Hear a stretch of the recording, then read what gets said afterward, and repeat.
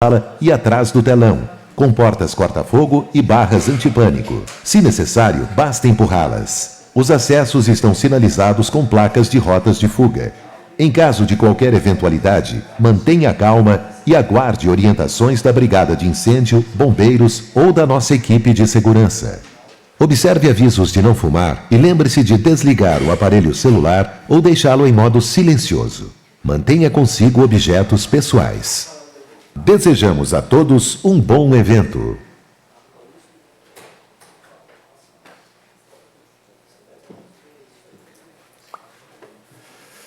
Alô, boa tarde a todos. Eu sou Álvaro Bussabi, sou empresário do setor de publicação científica há mais de 20 anos e diretor da Cabo Verde Tecnologia e Serviços. Eu, como membro da Society for Scholarly Publishing, agradeço muito a presença de todos aqui hoje e também o suporte e apoio da diretoria da SSP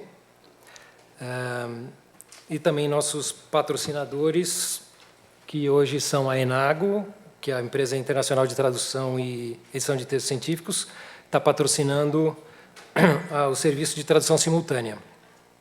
A Springer Nature e a Inera, que trouxeram seus representantes aqui para falar para vocês hoje, e o Hospital Israelita Albert Einstein, em nome da revista científica Einstein São Paulo, que forneceu esse espaço maravilhoso e toda a infraestrutura aqui para que isso fosse viável. Agradeço também às instituições que colaboraram espontaneamente para a divulgação do evento em seus meios de comunicação digital, a ABEC, que está com seus representantes aqui também, Cielo Brasil, Federal de Minas, FAPESP, ABEL, CIB-USP, e eu tenho os agradecimentos pessoais meus, especiais, para a diretora da Springer Nature, a Mariana Biagioni, que está aí, pelo suporte e encorajamento durante a idealização desse evento, e a editora técnica da Einstein São Paulo, Edna Rotter, por literalmente viabilizar aqui a ideia em tão pouco tempo. Vocês viram que foi tudo meio curtinho, não tivemos muito tempo para divulgar. Também eu queria agradecer a minha equipe da minha empresa, Cabo Verde, por colaborar intensamente com a produção e divulgação e cobrir minha ausência durante esses dias. A maior parte das palestras será em inglês, então quem ainda não pegou o fone de ouvido, que faça agora, acho que é melhor. E vocês, quem for usar o Twitter, hashtag SSP Brasil com S 2017, e nos próximos dias vocês receberão também um e-mail convidando para participar de uma avaliação digital do evento, que é importantíssimo, para a gente poder ter esse feedback e ajudar a formatar possíveis novos eventos aí daqui para adiante. O programa vocês devem ter recebido, mas bem sucintamente, a gente vai fazer uma apresentaçãozinha rápida, uma mesa, sobre um pouco do painel da situação brasileira. Depois teremos a editora da Nature Communications, um coffee break de 20 minutos. A editora da Science Advances, que vai falar da gente diretamente via web dos Estados Unidos. E, em seguida, teremos o Bruce, que vai falar sobre workflows em XML. Todas as perguntas devem ser feitas em português, e eles vão estar também com o tradutor para poder responder para vocês. Eu vou começar agora apresentando uma mensagem dos presidentes da SSP, que foi gravada em vídeo durante a reunião anual, agora no começo do mês, em Boston. E o vídeo é em inglês, então, quem tiver com fone, coloca agora. Aí eu preciso pular aqui.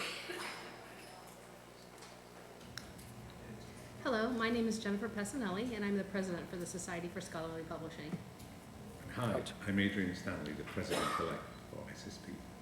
The Society for Scholarly Publishing is a professional society dedicated to promoting and advancing communication and networking among all sectors of the scholarly communications community. You may also know SSP for the Scholarly Kitchen blog, which is read worldwide. Other member benefits of SSP include access to Learn Publishing Journal and a host of webinar and meetings. Our members are individuals as well as organizations, and 10% of our membership is international. Our members include publishers, vendors, researchers, librarians, and consultants interested in scholarly communications. Every year, SSP awards 12 fellowship grants for apply next year. Also, additionally, SSP has just launched a mentorship program where we match career professionals with early career members, SSP members. We're filming this at our 39th annual meeting. This year our theme is Striking a Balance, embracing change while preserving tradition and scholarly communications. We're here and excited to talk about new technologies, business models, and partnerships while focusing on publishing and distributing quality, scholarly content to researchers and students. Our meeting next year is in Chicago, and we hope that you might be able to join us there. We're very, very excited to be holding this first event in Brazil, and a very big thank you to Alvaro and his team for helping organize this local regional meeting. We do see this as a two-way connection. It's important to SSP members to better understand what's happening in Brazil, and we hope to make some long-standing relationships. Thank you very much for letting us share this message with you. Obrigado e bom evento a todos. Obrigado, Adrian. Então, eu vou apresentar mais algumas informações sobre a SSP, né, do que ela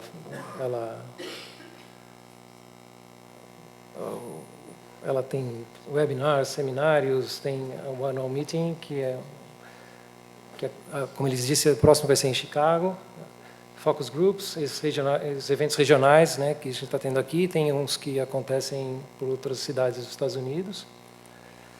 E vamos ter alguns webinars interessantes, inclusive, aí agora 19 de setembro, que eu acho que é interessante para quem está por aqui também.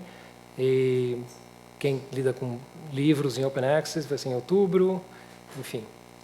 Além disso, tem outras... Olha, esse é o evento que vai ser de 800 a 950 pessoas em Chicago, no final de maio. E o Scholarly Kitchen, não sei se vocês acessam, eu sugiro para todo mundo, tem matérias muito interessantes, praticamente toda semana tem algumas boas e importantes informações. E, bom, enfim, é o que ele comentou lá, tem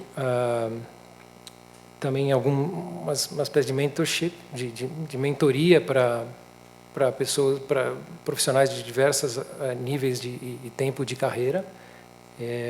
Basta você se candidatar. Eu gostaria muito que tivesse gente do Brasil também, porque eu vou nesses eventos lá e só estou eu de brasileiro. De repente, se a gente conseguir ter mais pessoas e participando, seria interessante. Eles têm interesse, inclusive.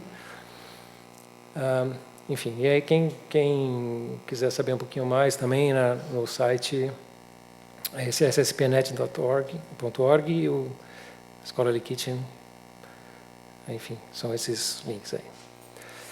Muito bem.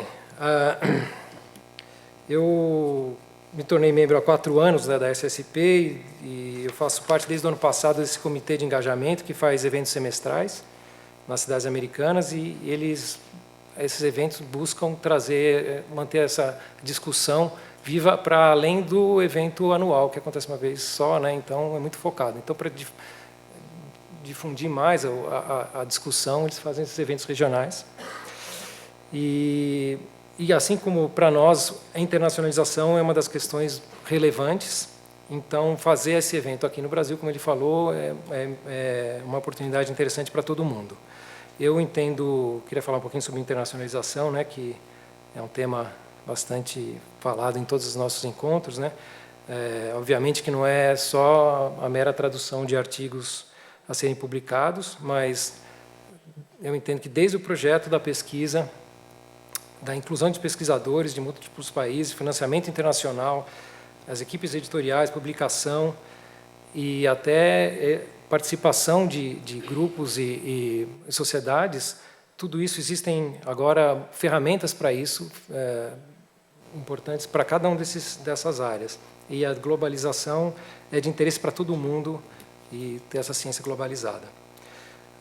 Sobre a SSP, sobre os eventos anuais, né, boa parte dos desenvolvedores de tecnologia, a gente tem um deles aqui hoje, e de norteadores de tendências da nossa área fazem parte dessa sociedade e participam dos eventos. Então, quem for fazer uma mentoria, por exemplo, tem chance de estar conversando e estar em contato com esses profissionais. E então minha sugestão é que a gente passe cada vez mais a fazer parte de sociedades como essa, obviamente do brasileira principalmente, mas de ter uma participação não só nas sociedades locais.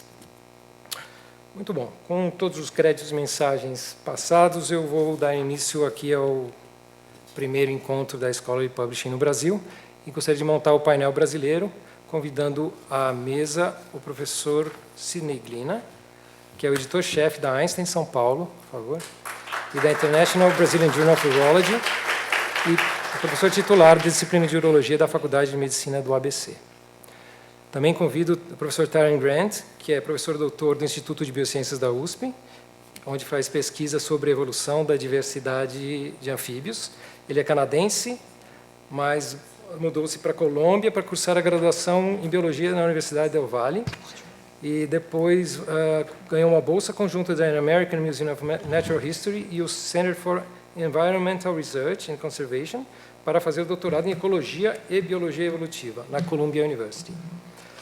Ele, bom, dentre outras muitas coisas, é o editor-chefe da South American Journal of Herpetology desde 2012, e é um periódico publicado pela Sociedade Brasileira de Herpetologia. Antes de eles começarem a falar, eu gostaria de fazer uns comentários meus também.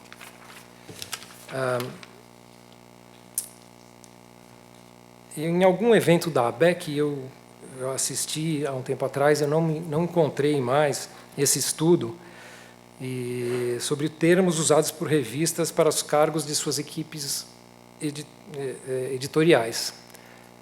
Procurei, não encontrei, talvez vocês possam me ajudar depois a encontrar. De qualquer forma, eu refiz parcialmente o estudo, e de uma forma bem singela e informal, e foquei no tema desse encontro, que é sobre gestão de revistas. Então, a gente analisou as 288 revistas publicadas pela Cielo Brasil, e destas nós encontramos 69, apenas 69 delas, que têm cargos com alguma decisão nas políticas editoriais, cargos não científicos, e destes 69, 49 são executivos, 13 são gerenciais e 7 são administrativos. São 40 termos diferentes para esses 69 cargos aí. Então, esses são os cargos que eu encontrei lá. Nos cargos executivos tem todos esses nomes aí, e cargos gerenciais são esses outros aí que vocês estão vendo. Então, além disso, eu peguei e aproveitei para fazer uma pesquisa na internet para saber o que seria uma oferta de emprego para Executive Editor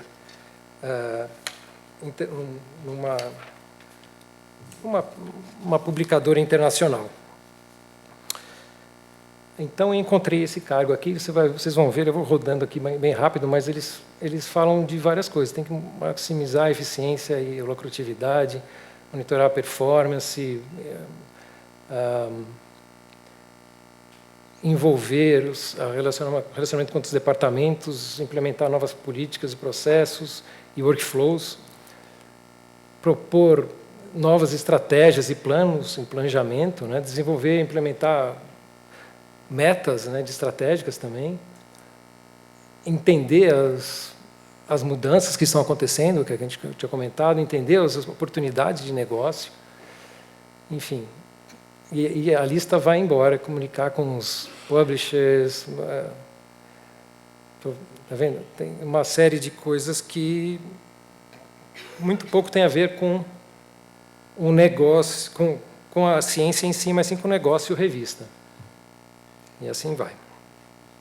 Então, eu sinto que aqui no Brasil, muitas vezes a gente espera que nossas revistas cresçam e sobrevivam graças e tão somente à qualidade científica dos nossos artigos. E, para isso, nossos editores científicos fazem grande esforço e fazem bastante, se informam e se atualizam. Por outro lado, poucas instituições, e aqui eu não falo da revista em si, mas da instituição que publica essas revistas, elas param para pensar essas revistas, essas publicações, como um produto, ou algo que necessite dessas estratégias, essas coisas que eu mencionei agora antes. E poucas delas têm essas pessoas que eu comentei, né, apenas menos de um quarto das revistas tem alguém pensando nos cálculos financeiros, na estratégia, num projeto para enfrentar essas mudanças todas. Então, com isso, eu gostaria de começar colocando essa provocação aí para vocês e convidar o professor Tern para começar a falar sobre a revista dele e o modelo da revista que ele é editor. Muito obrigado.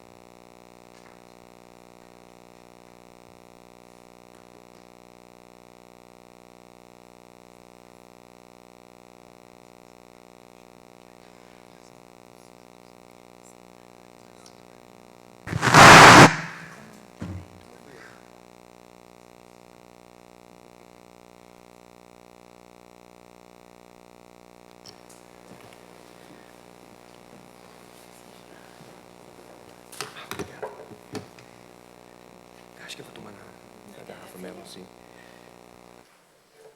Obrigado. Bom, boa tarde a todos. Primeiro, agradeço muitíssimo pelo convite para participar aqui nesse evento. Antes, outro dia, quando eu estava falando com o Álvaro, a gente falou sobre se era melhor eu falar em português ou em inglês. Então, a gente falou sobre as vantagens e desvantagens dos dois e decidimos que seria melhor em português. Assim que vocês vão ter que aguentar o meu sotaque canadense, gringo, em espanhol, essa mistura aqui de coisa, ao invés de escutar o meu sotaque em inglês de canadense. Então, espero que seja tranquilo. Eu quero falar hoje sobre a minha experiência, vou passar isso para português, a minha experiência como editor, chefe, pelo que vi aí na lista, eu também sou editor executivo da SAGE. Os desafios, oportunidades e a realidade de publicar um periódico científico aqui no Brasil.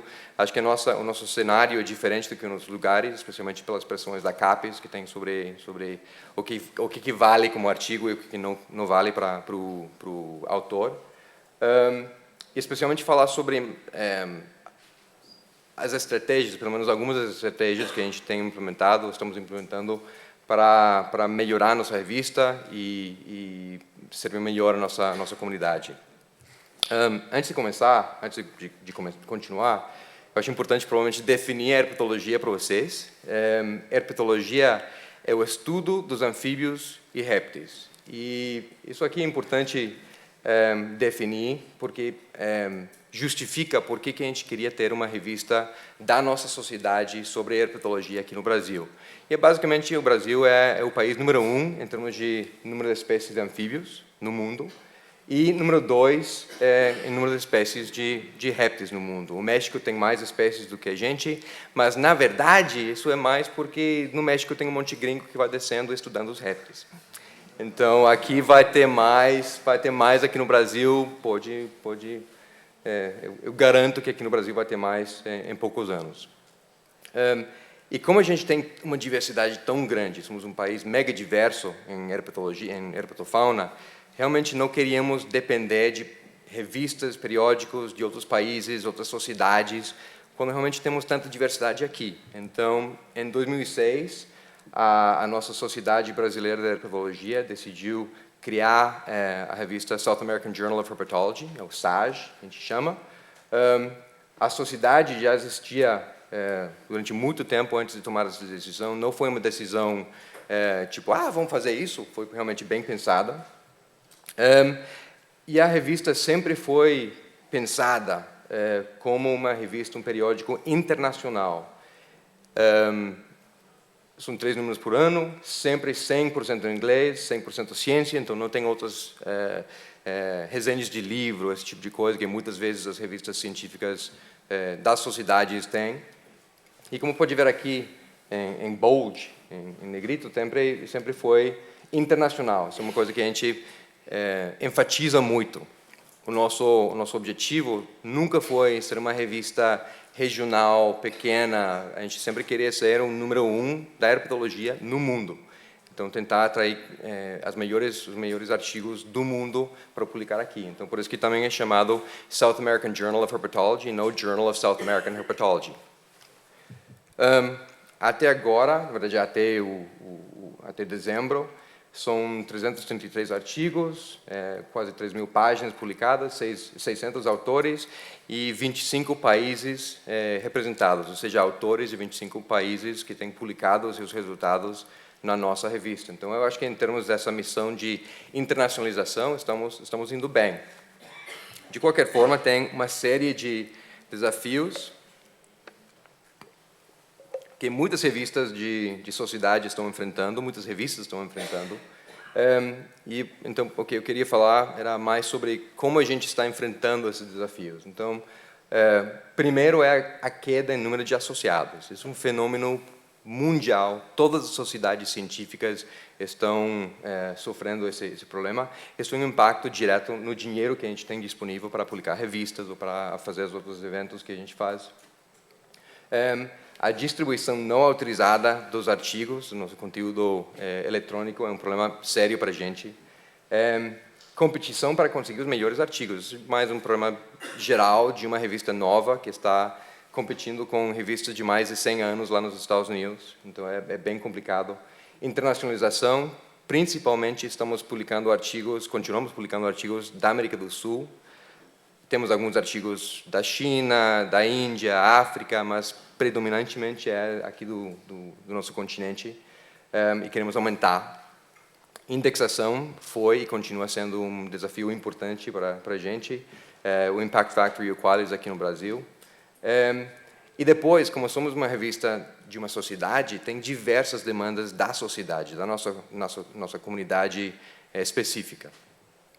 Eu não vou responder cada item aqui, porque, na verdade, acho que seria falso fazer isso. O que o editor-chefe tem que ter, ou o editor executivo tem que ter, é uma visão, uma estratégia mista para atacar todas as coisas ao mesmo tempo.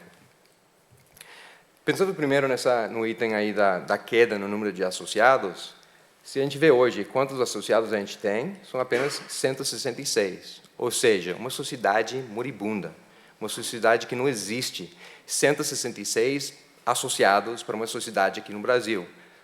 Isso não reflete realmente a nossa sociedade. E eu posso mostrar isso mostrando aqui os congressos desde 2014. Em 2004, quando a gente fez o primeiro, a gente sempre tem 700, mais ou menos 800 vezes mais de 1.000 participantes nos nossos congressos. Isso é uma comunidade muito grande, muito ativa, são muitos herpetólogos aqui no Brasil, publicando, principalmente lá fora, com artigos com bastante impacto, mas realmente uma comunidade bastante forte aqui no Brasil. Então, esse problema da queda no número de associados é um problema, mas também não é um problema, porque a nossa comunidade está forte e grande. A gente existe basicamente porque a gente distribui os nossos artigos online. E com isso aqui, desde o início da nossa revista, estamos na BioOne. Eu digo que a gente existe ainda por causa disso, porque a gente recebe os royalties da BioOne. Hoje, a nossa sociedade existe por causa da nossa revista, e não vice-versa, que normalmente é o contrário. A sociedade banca a revista e representa um custo. Para nós é o contrário. Estamos recebendo mais ou menos 19 mil dólares por ano da BioOne pelos royalties. Esse cálculo é feito com base nos ganhos de lucro do ano da BioOne. o número total de páginas que a gente tem no banco de dados deles e o número de acessos durante o ano. Então, quanto mais artigos a gente publica e mais citações, ou quer dizer, mais hits a gente tem, melhor. E no final, como digo, a gente está cada vez ganhando mais, mas termina sendo mais ou menos 18, 20 mil dólares por ano. Passando isso para reais, estamos muito bem. Temos bastante dinheiro no banco. Agora, um dos desafios, então essa é uma dessas estratégias para manter a nossa sociedade viva, foi obter essas royalties com esse negócio com a BioOne. O problema ResearchGate, para nós, e tem outros que são menores, WikiHerbs é uma maneira de distribuir artigos também, é um desafio para nós, porque eu consigo acompanhar pelo site da BioOne os hits, e vejo, na hora que o autor coloca o artigo no ResearchGate, e a Google começa a puxar esse primeiro, tem uma queda no número de acessos ao nosso artigo. Pela experiência com outras sociedades, que também têm o mesmo problema, porque isso afeta também o dinheiro que eles vão ganhar, que mantém as suas sociedades também, sabemos que você não pode mandar um cease and desist para os autores aí para isso. A resposta da comunidade com esses millennials, eu não sou, mas eu concordo com eles, na verdade, é muito forte. Especialmente quando a sua comunidade é da América Latina, onde não todo mundo tem um portal da CAPES para acessar essas revistas. E a gente quer que todo mundo leia o nosso conteúdo. Então, o que eu fiz, a minha estratégia foi simplesmente mandar uma carta. Então, imediatamente antes de publicar o artigo, eu mando uma carta para todos os autores de cada artigo, explicando a situação, dizendo que a gente depende dos royalties, eles não fazem ideia, e simplesmente solicitando que, se eles têm acesso pela instituição, acessar pela instituição. Se eles, com os amigos, com os colegas também, ao invés de colocar aí ou passar o artigo, pedir para eles baixarem diretamente do site. E também solicito simplesmente não colocar em ResearchGate ou outros lugares durante os primeiros 90 dias. Não autorizo para colocar, mas eu digo também não vou fazer nada contra você se você coloca. Só peço para você esperar 90 dias. A resposta da nossa comunidade, dos nossos autores, tem sido maravilhosa. Eles não colocam mais. Simplesmente, eles sabendo dessa situação, e você incluindo eles como parceiros, a resposta é outra coisa, nada negativo. Outra coisa que a gente faz para estimular a não distribuição não autorizada, para não dizer ilegal, dos artigos, é que a gente inventou esse prêmio aqui, o Most Popular Article Award. A cada ano, usando os dados da BioOne, a gente vê quais são os 3 artigos mais baixados, mais acessados, e damos prêmios de $700, $200 e $100. Isso é um incentivo bastante bom para as pessoas não distribuírem, porque um aluno daqui, $700 é bastante. E aqui esses são os que ganharam este ano, com 1.600 hits, etc. Também funciona muito bem. Temos vários incentivos desde o início da revista para incentivar a publicação dos artigos no site, para atrair os melhores artigos. Publicamos sem custo, mesmo para não associados. Publicamos também as imagens coloridas em papel e eletrônico, sem custo. Revisão do inglês de todos os artigos aceitos também sem custo, todas as coisas. Também protegemos, sempre estamos inovando para proteger as descobertas dos nossos autores, por exemplo, para atos taxonômicos, o código de nomenclatura zoológica tem algumas regras bem particulares, então você tem que registrar os atos, os novos nomes, uma nova espécie, esse tipo de coisa. Esse número tem que aparecer no artigo, a gente começa a fazer isso, e muitas revistas muito bem estabelecidas na área não fazem isso. Então, a gente está fazendo, mostrando para os nossos autores que estamos aí para eles. Nada disso importa. O número de artigos estava baixando terrivelmente. Estávamos quase morrendo, na verdade, como revista, por não receber artigos de qualidade. O que foi importante foi o fator de impacto. Conseguir o fator de impacto mudou a nossa vida completamente. Felizmente, o ano passado foi publicado o primeiro fator de impacto. Este ano agora foi publicado o novo. Então, só lembrando vocês, eu acho que vocês todos sabem como é o cálculo, não vou perder tempo mostrando isso, mas o ano passado foi 0,84, que estava bem para começar para a nossa área. Na zoologia éramos 98 de 161 revistas, 37 de 110 aqui no Brasil. Este ano subimos bastante, 1,14, 74 de 172, 23 de 111 aqui no Brasil. E a comparação mais direta que a gente tem seria isso aqui com as outras revistas herpetológicas do mundo que estão no Science Citation Index. Que estamos na posição número 6 hoje, era 7 ano passado. Isso aqui está mostrando, então, azul, o fator de impacto deste ano, verde do ano passado. E o fator de impacto mais alto este ano foi 2,5, que não é muito alto. Então, estamos posicionados bastante bem. E eu acredito que daqui a 2, 3 anos vamos conseguir pelo menos um fator de impacto de 3. A gente tem estratégia para isso.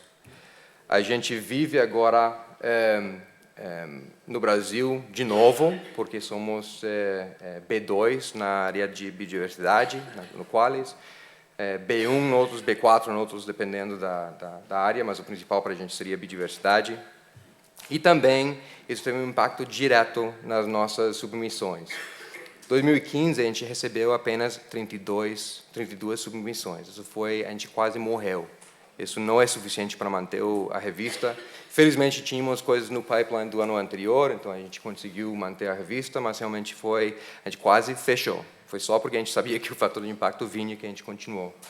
Ano passado foi publicado o primeiro fator de impacto em junho, e nesse ano subiu para 64. E agora, 2017, esta manhã, quando revisei, já temos 56 submissões. Isso vai acelerar ainda mais agora que a gente tem um fator de impacto maior. A nossa vida mudou com isso. Então, realmente, fator de impacto fundamental para as revistas. E também ter uma estratégia para aumentar o fator de impacto. Porque aumentando o fator de impacto, a gente consegue melhores artigos, a gente consegue mais hits no Bio One, a gente consegue mais dinheiro para manter a sociedade e fazer coisas mais legais. Então, duas estratégias que a gente está implementando. Um é publicar special issues, que a gente chama, que são monografias, então são artigos únicos, de 150 páginas, mais ou menos, sempre são bem citados, desproporcionalmente citados, porque é uma monografia, um trabalho bastante grande na área, sempre bem citado. Além disso, uma demanda da nossa sociedade, e uma das vantagens que a gente tem com isso é que, em termos de fator de impacto, aumenta o denominador apenas 1, porque é um artigo. Outra estratégia que temos é isso de publicar números temáticos. Também são, em comparação com artigos normais, são muito mais citados. E também uma demanda da nossa sociedade. Então, muitas vezes a gente consegue casar as demandas da sociedade com essas estratégias para aumentar o fator de impacto. E para outros tipos de artigos, a gente não publica na SAGE, a gente inventou uma revista independente, que é a revista não científica da SBH, onde publicamos as notas de história natural, que são super importantes. Você vai para o campo e observa um sapo fazendo uma coisa que ninguém viu antes, isso pode ser muito importante, mas nunca vai ser citado. Então, a gente não consegue incluir isso na SAGE. Então, a gente publica aí. Também notícias, resenhas de livro, obituários, opiniões, coisas sobre o Código Florestal, essas coisas a gente publica aí. O lugar não seria na SAGE, porque é ciência, mas para a sociedade é extremamente importante. Então, eu sei que é pouco tempo que a gente tem, então era isso que eu queria apresentar para vocês. Na verdade, eu poderia continuar falando e falando e falando, mas as três, digamos, as mensagens principais. A importância do fator de impacto. Isso, como digo, isso mudou a nossa vida. É um antes e depois, totalmente. Apesar de todos os problemas que tem o fator de impacto, todo mundo reconhece que é um índice péssimo, na verdade, mas é o que todo mundo é o índice que importa. Inovar continuamente. Se você para e se você como editor-chefe só pensa na qualidade científica, a sua revista vai morrer. E ter uma estratégia mista, então, para incorporar todas as diferentes coisas para a sua missão, que no final para a gente é ter um lugar, um meio de comunicação para as nossas descobertas sobre herpetologia, que é uma área tão importante aqui no Brasil. Então, obrigado.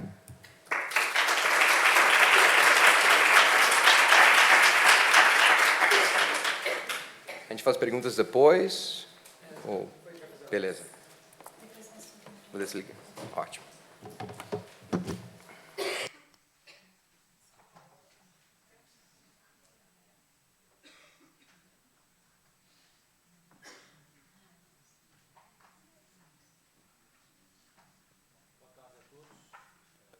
Gostaria de agradecer à SSP pelo convite, ao Álvaro pela realização do evento, dar as boas-vindas a vocês em nome da nossa revista, ao nosso hospital, a nossa equipe técnica que está aqui, a Edna, nossa editora técnica.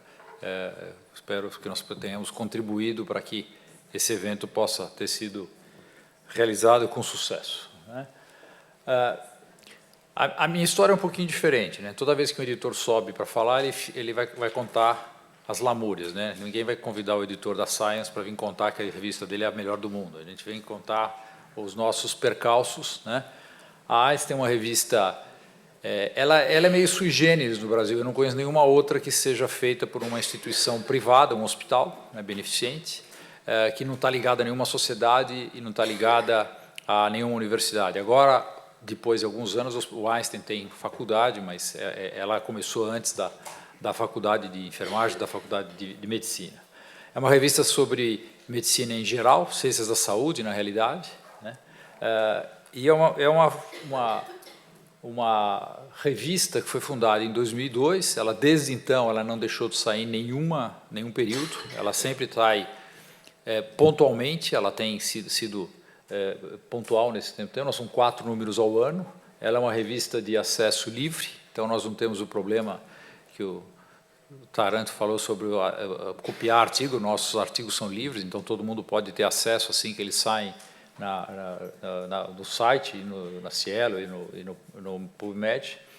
Nós não cobramos taxa de publicação, também somos das poucas revistas do Brasil de acesso livre, por causa do suporte que o hospital nos dá. Então nós temos essa possibilidade de não cobrar taxa de publicação. Nós também fazemos a tradução para o inglês gratuitamente, então nós recebemos trabalhos em inglês e português. Os trabalhos em inglês eles são traduzidos gratuitamente para português, e os trabalhos que chegam em inglês eles são vertidos também gratuitamente para o português, que nós temos uma versão impressa em inglês e nós temos uma versão eletrônica em português e inglês. Nós temos uma tiragem atual de 2.500 números que também são distribuídos gratuitamente para os membros do corpo clínico, para as pessoas que publicam, para as bibliotecas do país. Esse é o nosso site. Esse é o site tem 2 ou 3 anos. A submissão é feita toda por aí. A revisão é uma revista de revisão por pares, então todo o sistema de revisão é feita através do nosso site. Esse é o último número que foi publicado. Ele tem a versão em inglês, versão em português, e a revista impressa, como eu já falei, ela é só em inglês. Nós temos, em 2007, nós conseguimos a indexação do Lilacs. Em 2012, numa situação sui generis, nós conseguimos entrar, fomos indexados pelo PubMed, e em seguida pelo Cielo. Depois de algumas tentativas de entrar na Cielo, nós não conseguimos. Depois que nós entramos no PubMed, nós conseguimos. E em 2015, nós conseguimos a indexação do PubMed Central, e a revista, o que aumentou o acesso livre da revista. Nós temos o acesso pelo portal do Cielo e temos o acesso pelo PubMed Central. Eu considero que a revista é uma revista estabelecida na comunidade científica brasileira, né? Esse é um exemplo do que foi publicado no nosso último número. As instituições brasileiras que publicaram o nosso número, vocês podem ver que tem uma gama grande de instituições do Brasil, e nós temos, nesse último número, 3 artigos em colaboração com instituições estrangeiras. Temos recebido algumas publicações exclusivas de fora. Tem um trabalho agora da Turquia que deve ser publicado. Então, a revista, do ponto de vista de consolidação na comunidade científica brasileira, eu acho que ela está consolidada. Eu acho que ela é uma revista que as pessoas lembram na hora de submeter um artigo, e começamos a ter algum impacto também fora do Brasil, né? Então, ela é consolidada, ela é uma publicação em inglês, temos um sistema eletrônico de submissão, e ela tem um papel relevante na publicação científica brasileira. Temos algumas citações. Esse é o que tem no Google Acadêmico. A gente tem, eu peguei um exemplo de 2 dias atrás. Nós temos algumas citações, então as pessoas conhecem a nossa revista. Mas nós também temos alguns problemas, né? Não é só benesses que a revista tem. Nós temos o que eu chamei de dificuldades estruturais, que são normais de qualquer revista peer review. né? E a nossa revista hoje ela tem um freio no crescimento, né? E as dificuldades estruturais são os revisores. Acho que toda revista peer review hoje no mundo inteiro passa pelo mesmo problema. A gente pede para uma pessoa gastar 2 ou 3 horas da vida dela lendo um artigo, né, fazendo críticas, depois a gente pede para ela corrigir o que foi corrigido, aí volta, às vezes uma terceira revisão, sem dar nada em troca por isso. E as pessoas começam a cansar, né? Os bons revisores a gente acaba esgotando, porque eles são ótimos, eles revisam rapidamente, a gente pede para revisar mais uma hora eles param de responder, né? Então, isso é o que acontece. Eu coloquei uma barreira meio furada, porque a gente consegue passar por baixo, conseguir controlar, a gente consegue resolver esse problema de um jeito ou de outro, mas é uma dificuldade. A gente está cada vez mais difícil, né, conseguir revisores bons e que queiram trabalhar gratuitamente. É uma questão de se discutir. Há um tempo atrás, o Dr. Jacir, que é um dos editores da revista, também fez um editorial sobre isso, que talvez a comunidade científica vai ter que sentar e ver qual é a solução para isso, talvez pagar os revisores ou dar algumas gratuidades, algumas cortesias para conseguir revisar. Nós vamos estabelecer um ranking dos revisores, premiar os melhores revisores do ano, mas eu acho que isso não é suficiente, as pessoas precisam talvez de um pouco mais de incentivo. O segundo problema, que eu acho que é o problema mais grave para a gente, que é esse freio no crescimento, o Taranto mostrou isso muito bem, né, é a ausência de fator de impacto. No Brasil, nós temos o sistema CAPES e ele obriga com que as revistas tenham o fator de impacto, que não é dado por ninguém aqui no Brasil. Nós temos o Web of Science, agora saiu o CiteScore e temos o Scopus. O CiteScore ainda não é reconhecido pelo CAPES, mas até onde eu sei, o Scopus e o Web of Science, o EASY é reconhecido pela CAPES. O problema, por exemplo, conosco é que faz 2 ou 3 anos nós vimos solicitando o fator de impacto, nós fomos colocados no Emerging Source Citation Index, que não tem um índice. Ele para mim parece meio um limbo. Nós somos colocados numa área meio escura, que a gente não tem visibilidade e nós não temos fator de impacto. E isso faz exatamente o que o Taranto falou, né? Os melhores trabalhos passam voando por cima da gente, né? O hospital tem um grupo de pesquisadores e o hospital exige que esses pesquisadores publiquem em revistas de alto fator de impacto. Então, eles não vão mandar para a nossa revista porque nós não temos fator de impacto. E isso é um problema muito sério, né?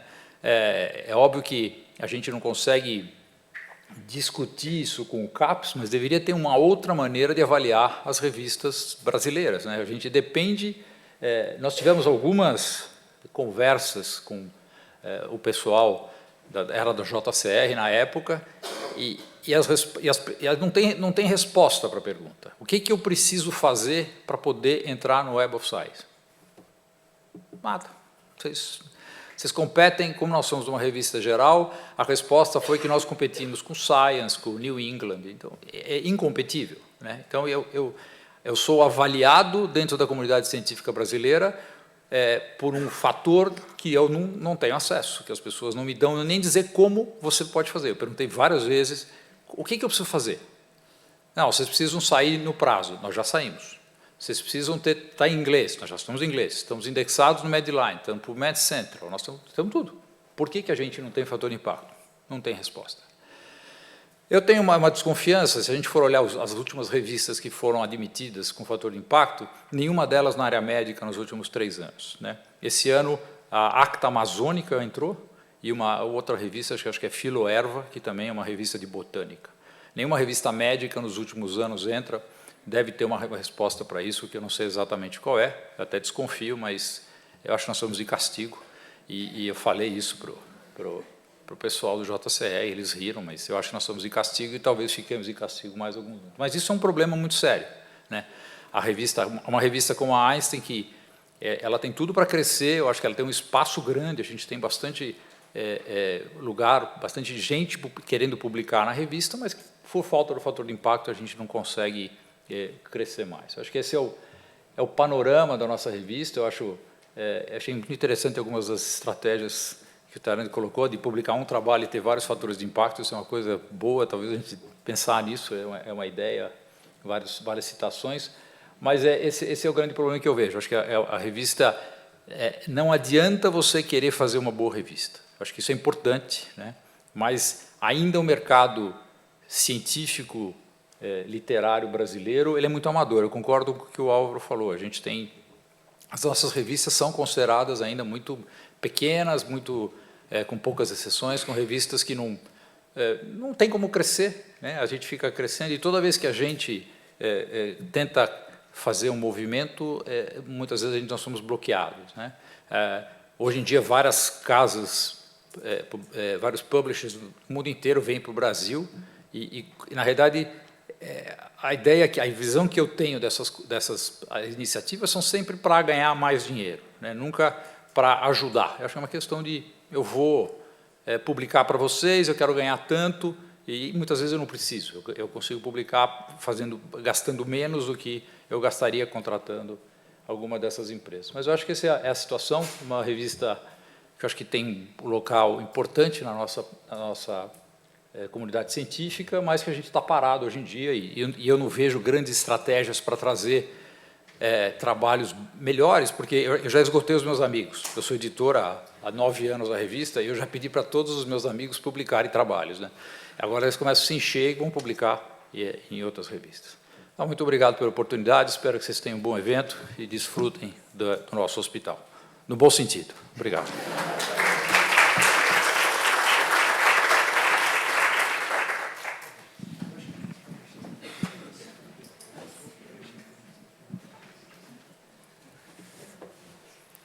A gente vai deixar as perguntas, então, para o final. Espero que vocês tenham anotado.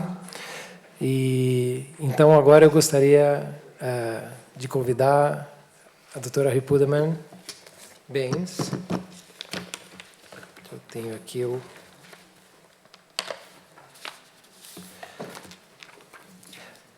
que ela juntou-se ao time editorial da Nature Communications agora nesse ano, tendo trabalhado anteriormente na Genome Biology, trabalhou por 3 anos, é mestre em parasitologia médica pela London School of Hygiene and Tropical Medicine e passou um período no Philippine Research Institute for Tropical Medicine. Atualmente, é Team Manager do periódico Nature Communications, lidera uma equipe de 5 editores específicos, sendo responsável pelo conteúdo do periódico nas áreas de microbiologia e imunologia. Com vocês, a doutora Ripudaman Baines.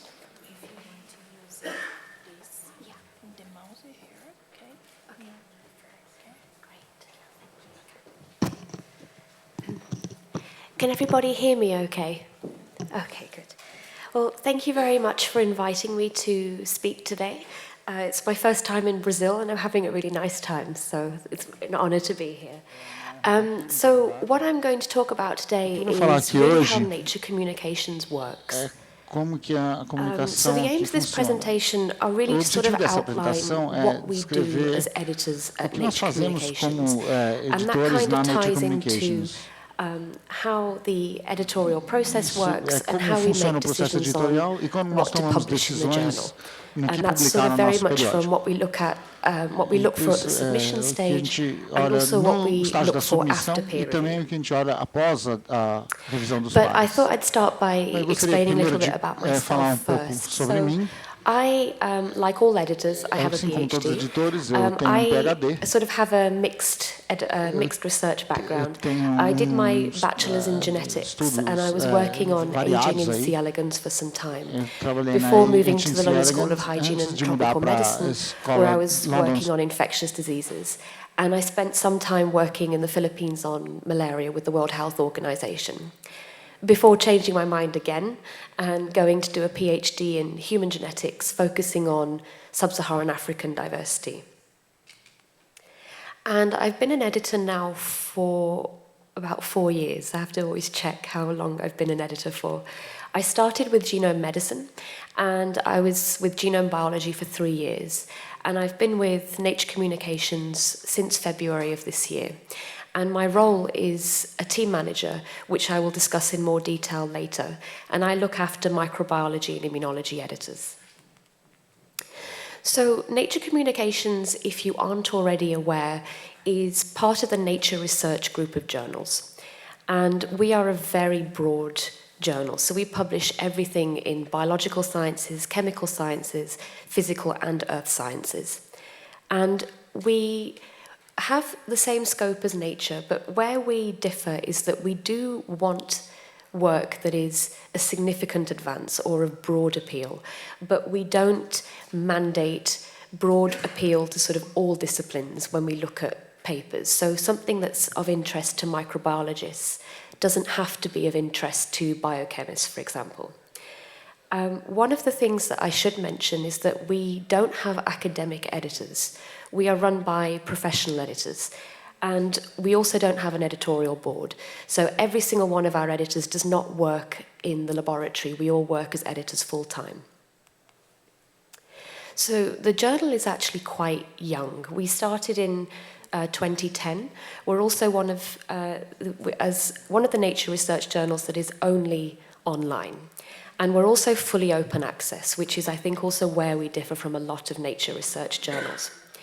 And we also have a very high impact factor. So this year it came out at 12.124, and which is great for us, considering that we also publish a lot of articles. So to maintain a high impact factor and publish a lot of articles was a great feat for us.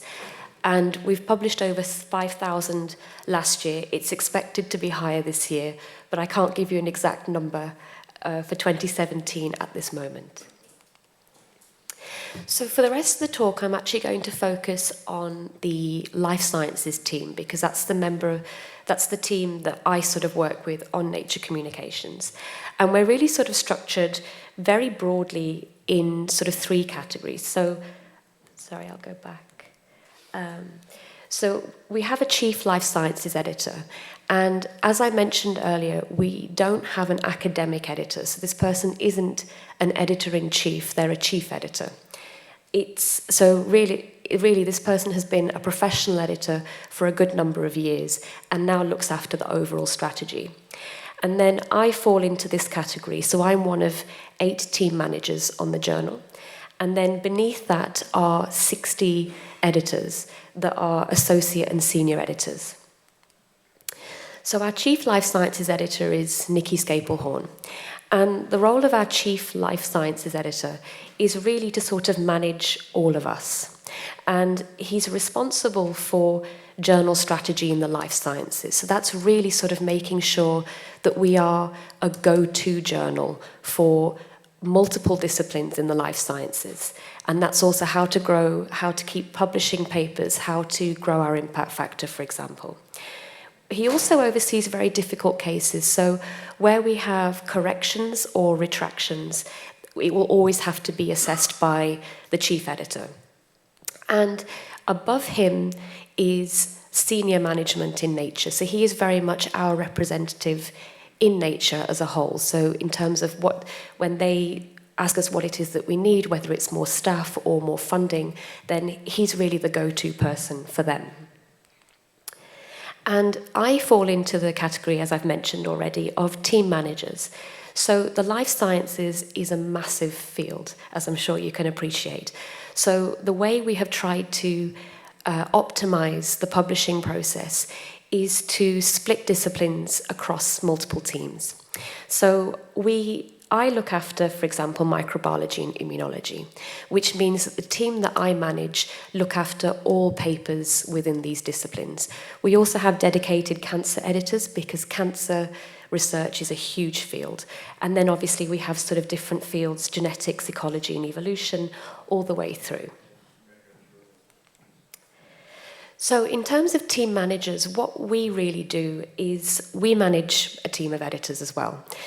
So I manage 5 editors, and we do some manuscript handling, but it isn't the primary focus of our role. So our role is really to work on strategy in particular subject areas. So for me, I look at how we can improve papers that we publish in microbiology and immunology. and ensure that we're publishing the best work and we're known in that field. And that can really be through things like conferences and advocacy. So we spend a lot of time on the road as editors. And also, there are areas that we might not publish as much of, but we need to sort of prioritize that for outreach. One of the ones that has come up is actually clinical infectious diseases. So that's sort of something that we try and sort of get a foothold in and try and get more papers from these areas. Along with the chief life sciences editors, we also look after any appeals that come in. People don't always like our decisions, and also difficult cases. And the other thing that I'm responsible for is I work with other nature journals. So one of the things that Nature Communications does is to take a lot of transfers from other nature journals.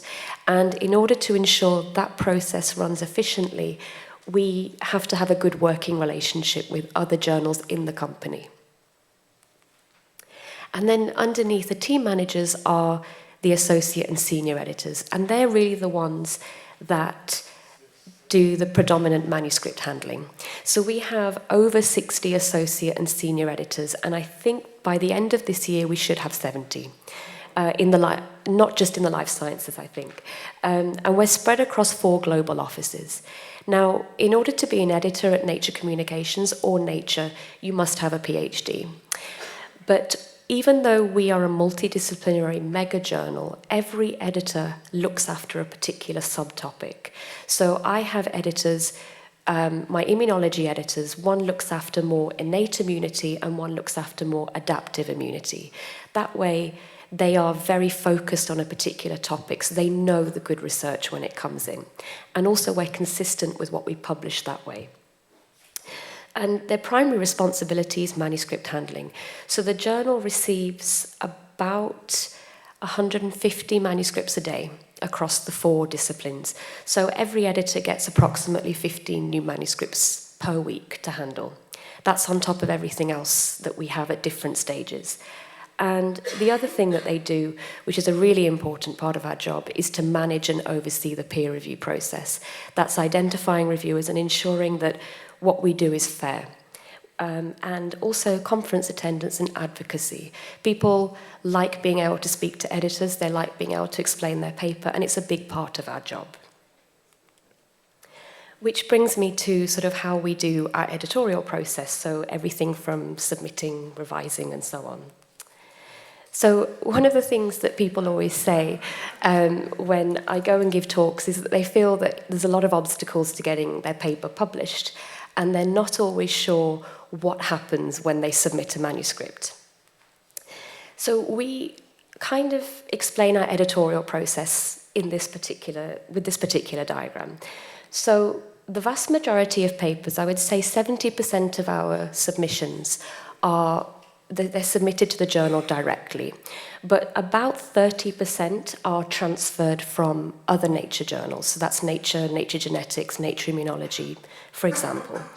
And the first thing that we do is every editor that's assigned a paper will make a decision on whether we want to peer review it.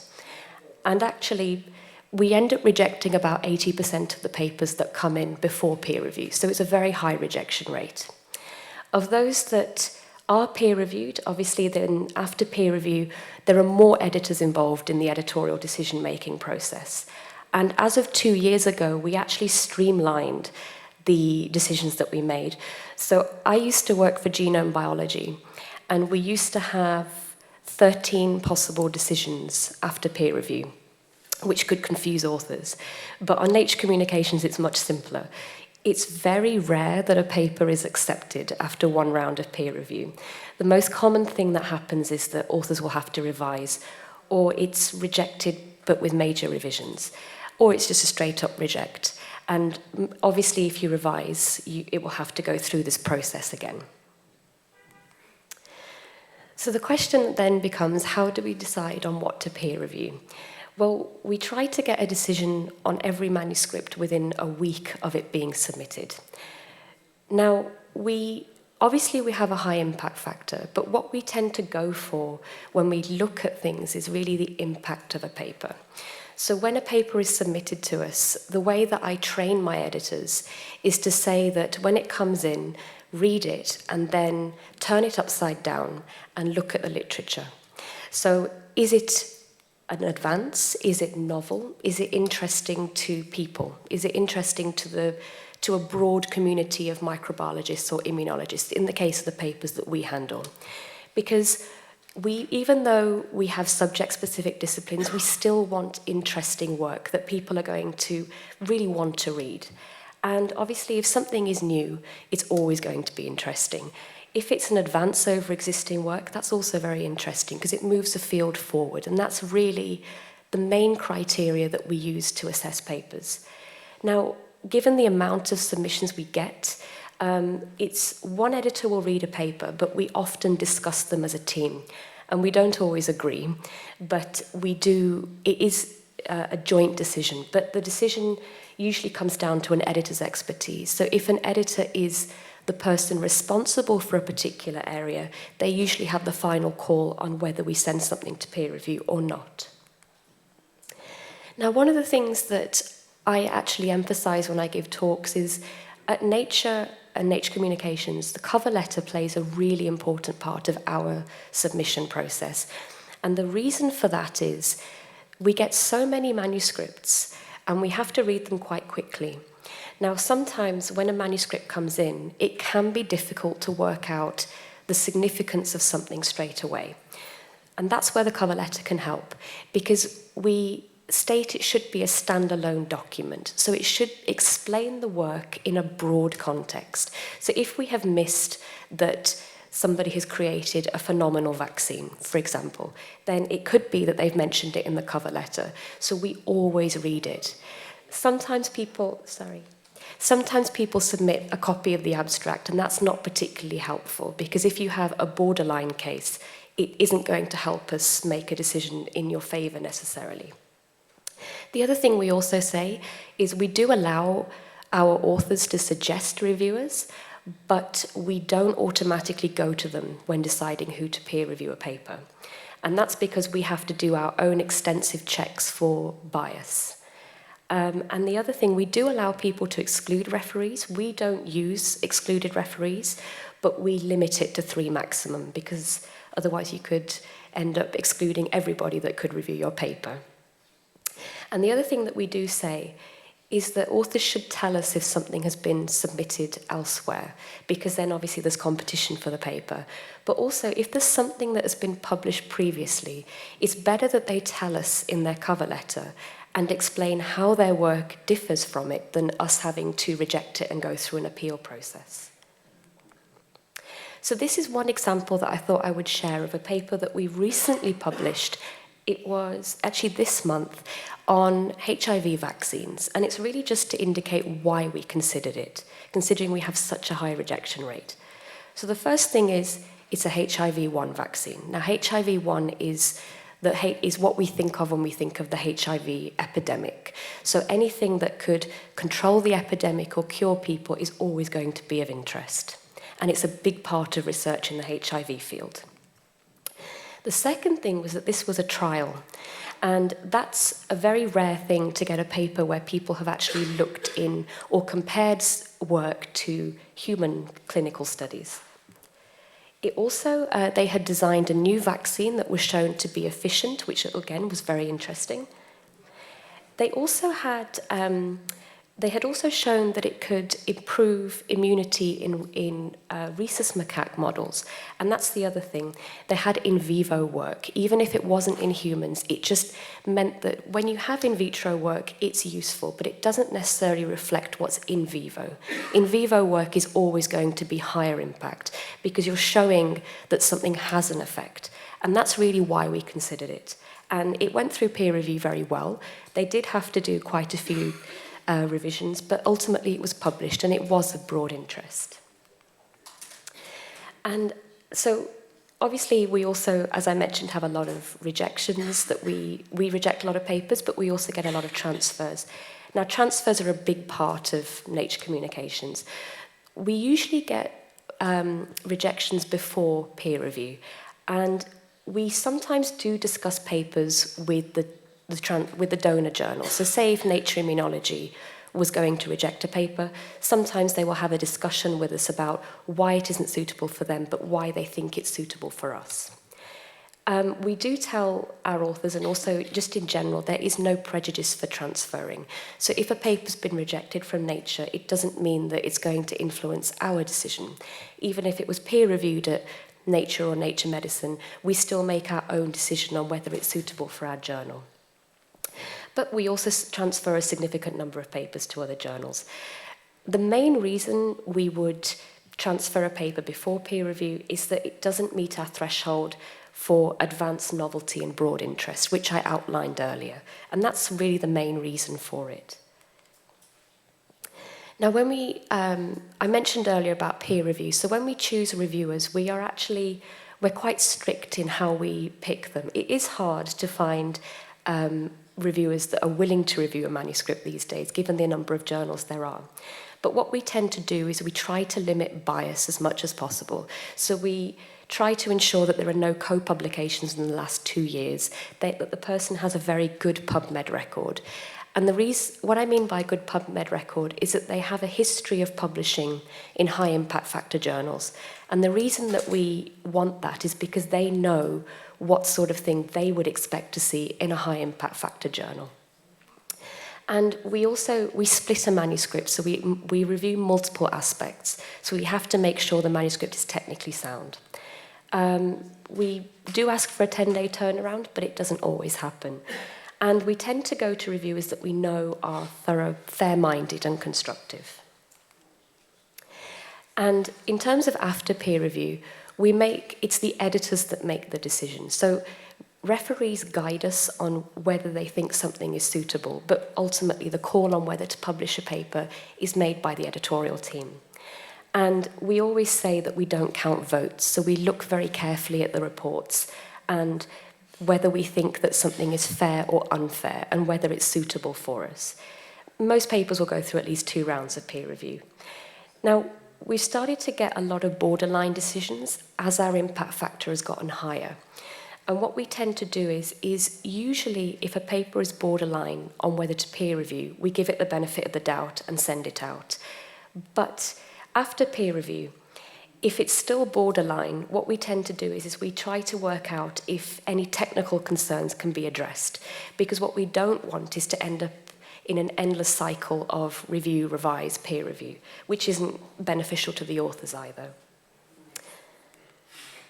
And obviously, the other thing is that, as I mentioned before, revise or reject are the most common decisions that we make after peer review.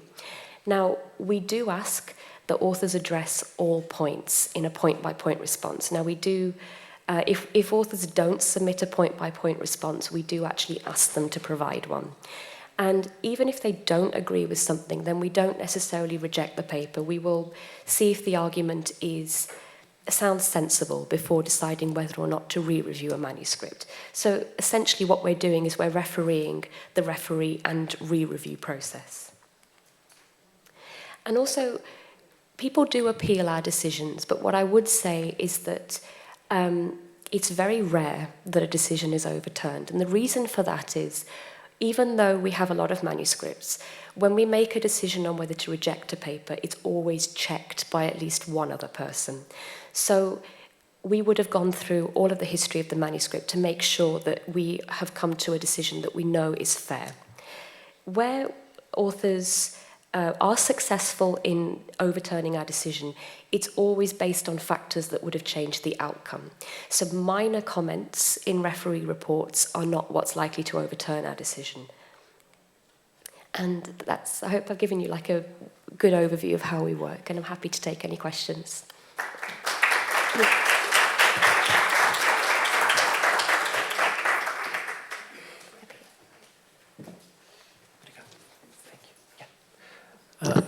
Vou convidar os outros palestrantes, o professor Sidney, o professor Terran, para recompor a mesa com a doutora Ripudaman e agradecer muito as apresentações muito interessantes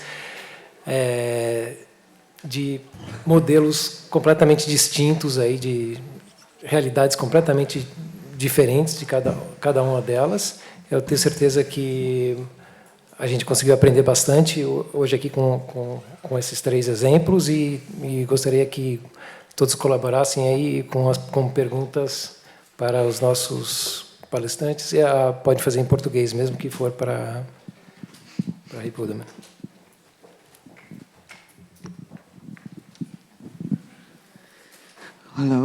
Olá, eu sou Elizabeth, eu represento a Royal Society of Chemistry aqui no Brasil. Achei interessante porque cada um deles tem um modelo financeiro diferente, né?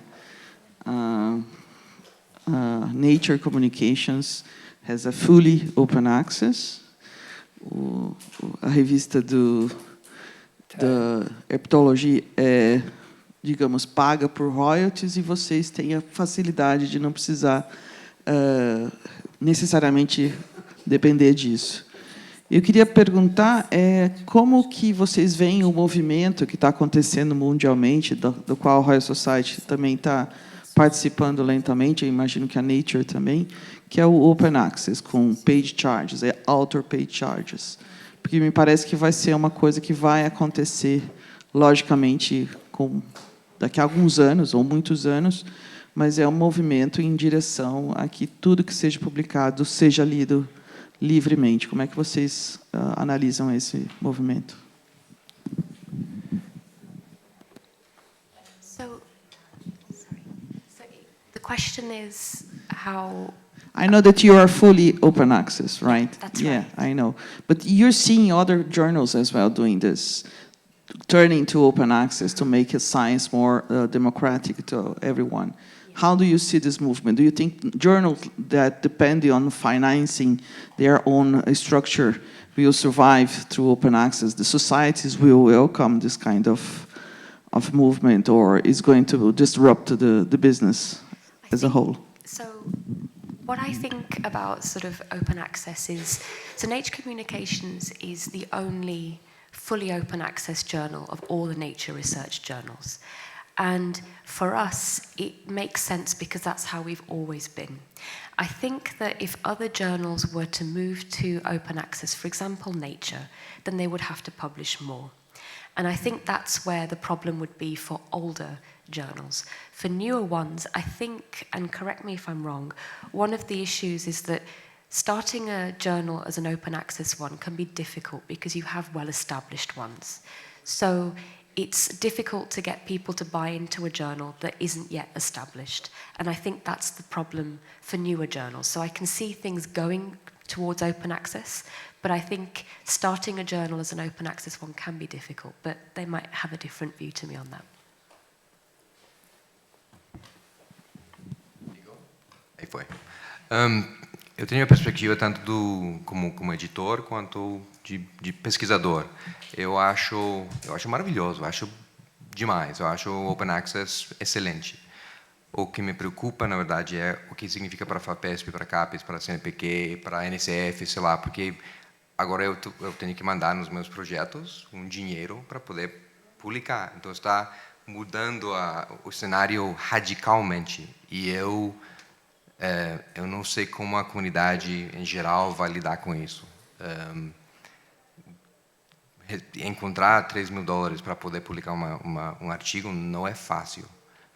A gente considerou, no nosso caso, a possibilidade de passar para Open Access e realmente é isso. Seria uma mudança muito grande para a nossa sociedade, teria um tempo em que a gente não seria previsível o dinheiro que a gente ia receber durante um tempo, então a gente ainda não estamos nem realmente contemplando isso, estamos focados no fator de impacto e outras estratégias.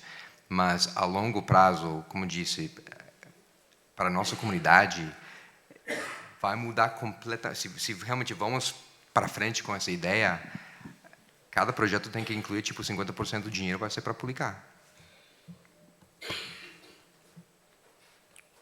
Eu acho que o Open Access é fantástico do lado de quem lê. Do lado de quem pesquisa, ele vai aumentar cada vez mais a diferença entre os pesquisadores. Você vai considerando cada vez mais pesquisadores ricos ou instituições ricas, e o Brasil, por exemplo, nós vamos ter cada vez mais dificuldade de conseguir publicar. Eu sou médico, eu sou urologista, eu faço prática clínica e eu publico. Eu dificilmente consigo ter acesso a dinheiro para publicar e ter dinheiro a mais para pagar o trabalho. Então, eu acho que isso vai aumentar cada vez. Se não tiver um financiamento muito claro, e isso não é muito fácil num país como o nosso, vai ficar cada vez mais difícil publicar. Só um follow-up sobre essa pergunta. Aí foi. Tecnologia. Sempre tem o Sci-Hub, sempre tem o ResearchGate, sempre tem milhões de diferentes formas, não são legais, mas pirata existe. E hoje, qualquer artigo que você quer, você entra no Sci-Hub, está aí. Então, eu inclusive, pergunto para os meus amigos que têm revistas Open Access, o que oferecem essa possibilidade. Você paga e tem Open Access, ou você não paga e aí é fechado. Eu digo, por que eu vou pagar? Tipo, eu como pesquisador, se eu sei que Sci-Hub vai ter esse artigo aí. Então, eu acho que também o mundo dos grandes editoras tem que pensar nessa situação. I have one thing to follow up on that. When open access first started, and I always think of the Human Genome Project as a very interesting example, because it cost, I think it was $33 billion to actually sequence the genome at the first point. But then the amount of work that's been done on the back of it being made open access is well over 700 billion. So what I do think is probably the difference in terms of Brazil and the US and Europe, for example, is that a lot of researchers, because open access was, as a movement, took some time to get speed. But now it's mandated by a lot of research councils. So if you're funded by the Wellcome Trust or NIH in America, you have to publish your work in an open access setting, even if you publish in Nature. So I think it's, in terms of why it's been embraced in certain parts of the world, it's also because governments have added funding to somebody's grant in order for them to pay APC charges. Pode falar? Bom, boa tarde. Primeiramente, Álvaro, parabéns aí pelo evento. Meu nome é Rui Seabra, eu estou como presidente da Associação Brasileira de Editores Científicos, ABEC, e também na área de herpetologia aqui do colega, eu sou diretor do Centro de Estudos de Venenos e Animais Peçonhentos da Unesp, o CEVAP. São várias coisas a se comentar. Ficou evidente a diferença do profissionalismo das revistas, né? Então, a gente na ABEC briga bastante por isso há alguns anos já, e hoje publicação científica no mundo se tornou um business. É evidente isso, ninguém discute, né? Visto que na revista dela você tem um time de 60 editores trabalhando. Então, para o Brasil, nós temos conversado junto à CAP, CNPq, que você tem duas saídas. Ou você paga, ou você dá reconhecimento, né? Hoje, a gente não faz nenhuma das duas. Então, a gente tem brigado, principalmente no CNPq, para haver um certo reconhecimento dos editores, das pessoas envolvidas no time editorial, dos revisores, né, na carreira dos pesquisadores. Em relação à herpetologia, realmente o Brasil é expoente nessa área, né? Nós temos uma revista lá no nosso centro, que é Journal of Venomous Animals and Toxins, Including Tropical Diseases, tem fator de impacto 1.5, a gente está na briga aí também. Mas uma coisa interessante é que a principal revista da nossa área, que é a Toxicon, tinha fator de impacto de 2.8, caiu para 2.5, agora está em 1.9. E em 2013, o editor-chefe dela, que é o Dr. Alan Harvey, publicou um release lá, dizendo que 39% dos artigos publicados na Toxicon eram de origem brasileira.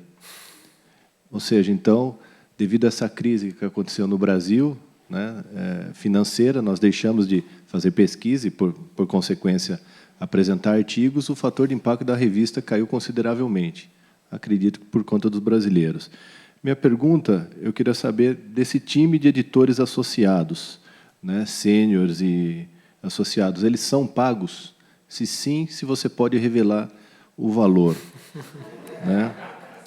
E a outra pergunta é, 60% a 80% dos artigos voltam da porta por uma decisão editorial, né? Daqueles que avançam para a revisão, qual é a porcentagem de rejeição? Obrigado. So firstly, no, I can't disclose the salaries. All I can say. I understand. All I can say is that there's a range. More than 3,000?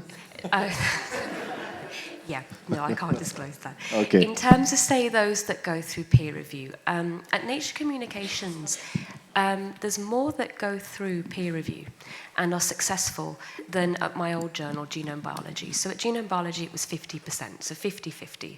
It's about 60 to 65% that will make it through peer review and at some point get published at Nature Communications.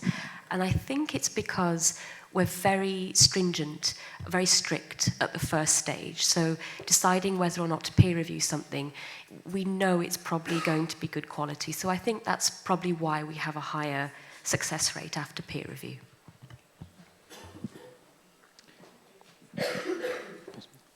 Boa tarde, meu nome é Atu, eu sou médico radiologista aqui do hospital.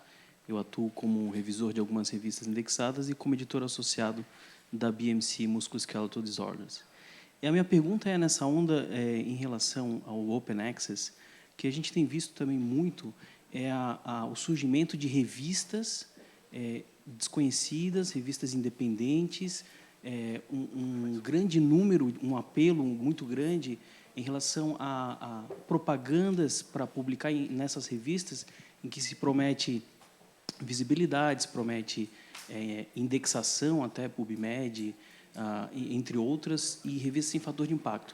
E há um grande número de pesquisadores que embarcam nessas revistas pequenas, independentes, open access, justamente pelo business, por essa facilidade de publicar, basta pagar, e alguns países têm essas verbas e esse investimento. Como vocês veem esse crescimento enorme de revistas pequenas, desconhecidas e que, essa é a minha pergunta principal, que não trazem credibilidade científica, justamente pelo business do Open Access e pela facilidade de cativar um público que precisa publicar, mas não consegue publicar em revista grande?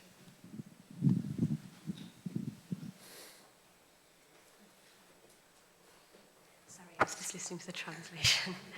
So, the question is sort of new open access journals and how they can. Yeah, my question is, how do you see these whole new emerging journals, which are very minor journals? They give they promise visibility, but there is no credibility for the scientific content, and then many people are publishing in these small journals, which some of them are indexed journals in PubMed.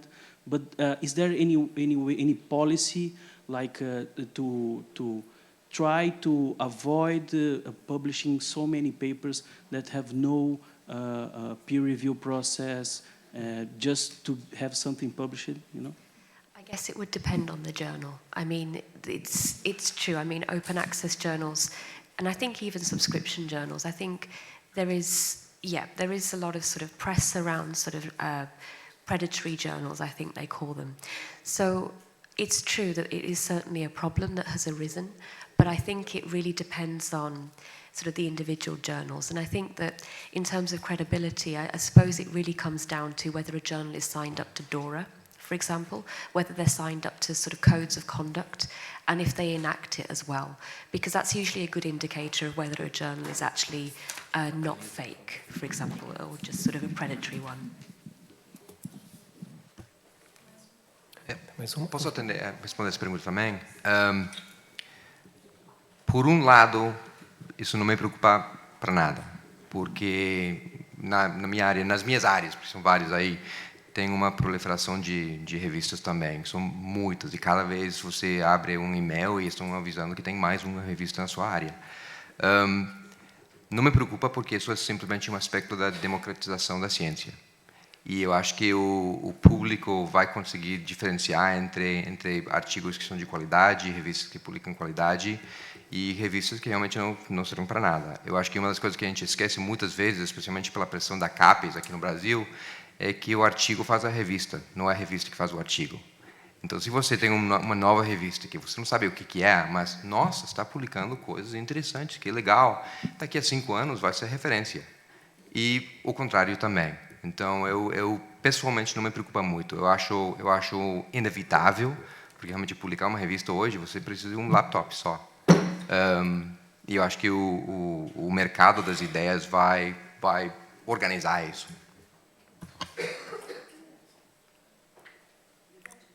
Luciano, da Editora Cubo. A gente trabalha auxiliando mais de 40 revistas. Então, a minha pergunta vai para o professor Taran. Gostei da estratégia de publicar dissertações, porque aumentam, né, o fator de impacto. A minha pergunta assim, elas são adaptadas para publicar na revista, são reduzidas de alguma forma, e o processo de avaliação é diferenciado? Como é que acontece isso? De fato, não são dissertações, isso pode ser, são monografias, então são simplesmente artigos que são grandes. Então tem algumas, por exemplo, na verdade eu vou contar rapidamente a minha história de por que eu como editor queria fazer isso. Eu fiz o meu doutorado e o postdoc no American Museum of Natural History em Nova York, e lá tem um boletim do Museu Americano, que é uma revista que publica 4, 5, 6 no máximo artigos por ano, e sempre são artigos grandes, né? 200 páginas, 300 páginas. Eu vi que em um ano, no meu grupinho, a gente publicou 3 artigos. E com base nesses 3 artigos, essa revista passou de ter um fator de impacto de 2,5 a um fator de impacto de mais de 13. Porque em 2 anos a gente publicou artigos que foram muito citados. Então, por isso que eu vi que essa estratégia realmente muda radicalmente o fator de impacto durante um tempo. Você tem que manter depois. Mas, então, o que a gente publica, eu limito muito os manuscritos. A ideia é publicar um por ano só, para não aumentar muito. E, realmente, dissertações de mestrado, tese de doutorado, normalmente a gente diz não. Isso são mais artigos independentes. Às vezes são dissertações modificadas, mas, realmente, são modificações, não é simplesmente pegar um doutorado e mandar para a gente. E passa por peer review, e normalmente são mais de 2 peer reviews, porque é um tema muito grande muitas vezes, então passa por 4, 5 pessoas. Não sei se respondi totalmente a sua pergunta. Mas... Obrigado. Olha, eu acho que agora... Muito obrigado pelas perguntas. A gente vê aqui que nós tivemos aí exemplos e muitos desafios de ruptura, tanto no Open Access, tanto falando de publicações predatórias, tem agora os preprints também para serem discutidos. E queria mencionar que, além dos 3 modelos diferentes que nós temos aqui, existem outros 50 ou mais tons de cinza para falar sobre, inclusive, publicação híbrida, né, que hoje as revistas já podem publicar aberto ou não, dentro do mesmo periódico, e assim por diante. Mas, no geral, o que fica evidente aqui é que existe uma preocupação muito grande com a profissionalização das pessoas que lidam com as revistas hoje aqui no Brasil. Então, é até o meu objetivo que, no final do encontro de hoje, a gente tenha, pelo menos, aberto essa discussão de como que os profissionais que lidam com as nossas revistas, que pensam elas, devem ser definidos para a nossa realidade. É importante a gente ter um pouco da visão de outras realidades distintas das nossas, mas a gente tem que ser pé no chão e saber o que funcionaria ou não para a nossa realidade, para o nosso mundo.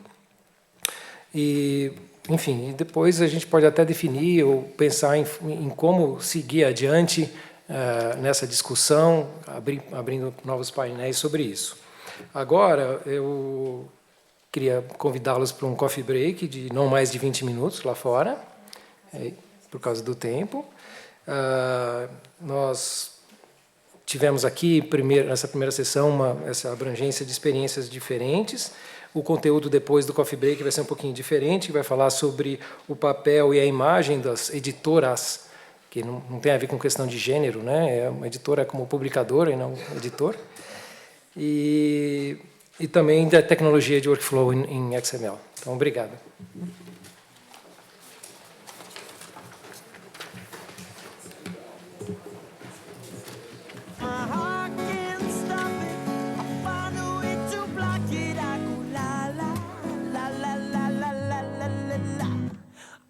La la la la la